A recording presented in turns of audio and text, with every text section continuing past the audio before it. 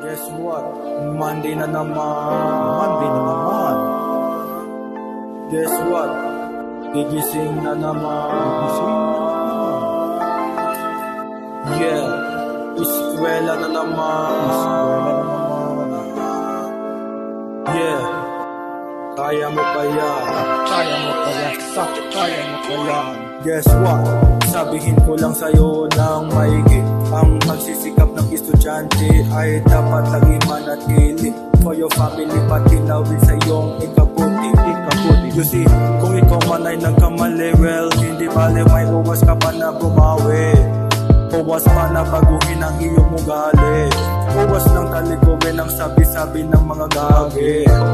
Uwas nawin maging bayani at pawanawin sa mga ikadati. Tingin mo lang sa salamin ang iyong sarili. Better wise up for the needy, help out the lady. Estudyante, please get ready. Know that being the best person as we can be is what we are all could be. Kahit tanungin mo pa sa kilala mong pawe. Yeah, pawe, galingan mo lang kasi.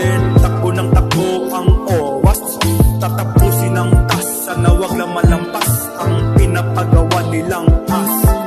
Kailangan lang maging robust. Kapag lasingan ng owas, dyan na talaga ako magpas. Kasi sayang lang ang araw na pwede kong gamitin para maka-atras bilang estudyante. Yeah, wag lang puro isip-isip ng mga mamahaling mga kotse. Dapat mga magagandang awal ay dapat andun din sa sarili mo kukote. Kahit ang naalala mo ay pagunti-punti, wag lang maging torpe. Dapat sumagot sa klase, kasi di lahat ng bagay ay dapat kapawid na maging parehas na tao lagi. Yeah, pero okay lang yan ang kabutihan. Pagawalan mo lang, dapat nasa sadyang di sinasayang ang mga pinagawa lang para umunlad pa ang ating bayan. Mas maganda pa kaysa hayaan lang na masiwaan lang dahil sa hinayaan lang. Yeah. Parang pinapayagan na binabaliwala lang. Paalala lang na galingan mo lang, kababayan. Pare, galingan mo lang kasi takbo ng takbo ang owas.